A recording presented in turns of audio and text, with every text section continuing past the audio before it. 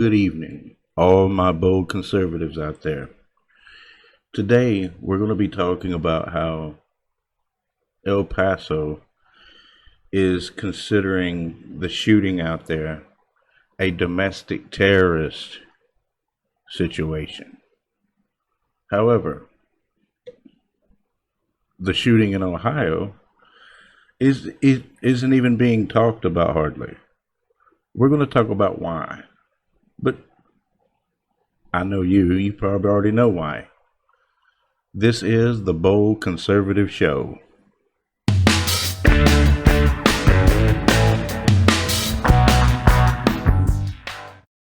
All right. We've started a Subscribe Star, just to give you a few announcements. And it hasn't been approved yet, so we're still waiting on that. But to get back with the news, out of the Daily Caller,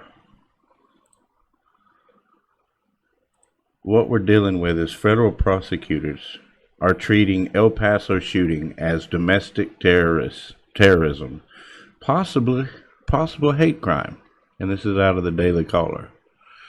Federal prosecutors are treating Saturday's shooting in El Paso, Texas, which left 20 people dead, as an act of domestic terrorism and possible hate crime that could carry the death penalty. We're also treating it as a domestic terrorism case. And we're going to do what we do to terrorists in this country, which is deliver swift and certain justice, John Bash, the U.S. Attorney for the Western District of Texas, said at a press conference Sunday. And I have that video. Thank you. My name is John Bash. I'm the United States Attorney for the Western District of Texas, which covers El Paso. My grandmother has lived here for 50 years. She's 91. Since it was a much smaller community, I don't think she's ever seen anything like this in this community. My mom grew up here. My dad went to college here. I lived here when I was very young. It's been devastating for the community. I've been unbelievably impressed by our first responders, by the DA's office, by our police, FBI, in the work they've conducted. We had a very long night last night working this case. I've been in close consultation with Attorney General Barr. We are conducting a methodical investigation with our partners, a careful investigation, but with a view towards bringing federal hate crimes charges under 18 U.S.C. 249 and federal firearms charges, which carry a penalty of death. We are seriously considering those charges. We're going to conduct a methodical and careful investigation with a view towards those charges. We are also treating this as a domestic terrorist case. There's a statutory definition of domestic terrorism at 18 U.S.C. 2331. This meets it. It appears to be designed to intimidate a civilian population, to say the least. We are treating it as a domestic terrorism case, and we're going to do what we do to terrorists in this country, which is deliver swift and certain justice. With that, I think we'll turn it over for questions. Bash said the shooting meets the statutory definition of domestic terrorism in that it appears to be designed to intimidate a civilian population, to say the least. Bash said that after consulting the Attorney General William Barr, federal investigators are conducting the investigation with a view toward bringing federal hate crime charges to federal firearm charges, which carry a death penalty. And this is getting a lot of attention. A lot of attention. Why? Because it said that this was a white supremacist. Well, this is what they're saying. You know, you can't go by what the news says anymore. It's hard to decipher what's truth and what's not anymore, which is very scary. So here's what I've come up with. Since the El Paso shooter is supposed to be a white supremacist, is supposed to be a Trump supporter, Of course, they've changed a lot of stuff on his profiles and stuff to make it look that way. I don't believe it. Because, see, here's the thing. The Ohio shooting isn't getting any attention at all. And here's why. This is what I've come up with as far as that goes. And Heavy is a leftist publication from what I gather. Connor Betts Twitter post on being a leftist, and he writes a lot about guns, and this is a picture of him here.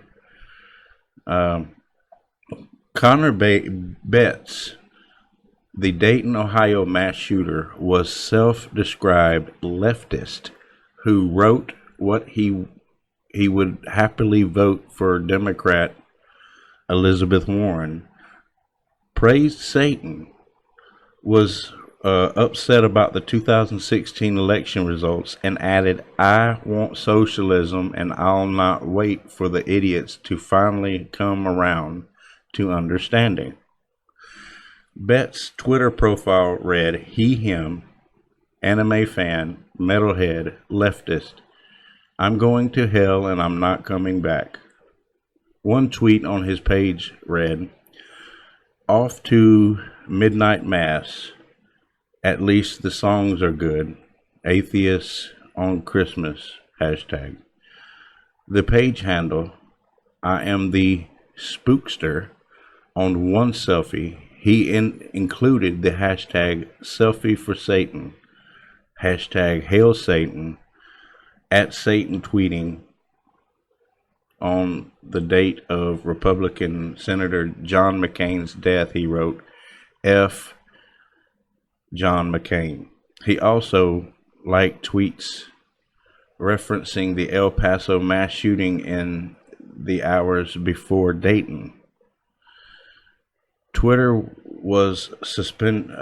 has now suspended the Twitter page, removing it. It was up for several hours after the mass shooting.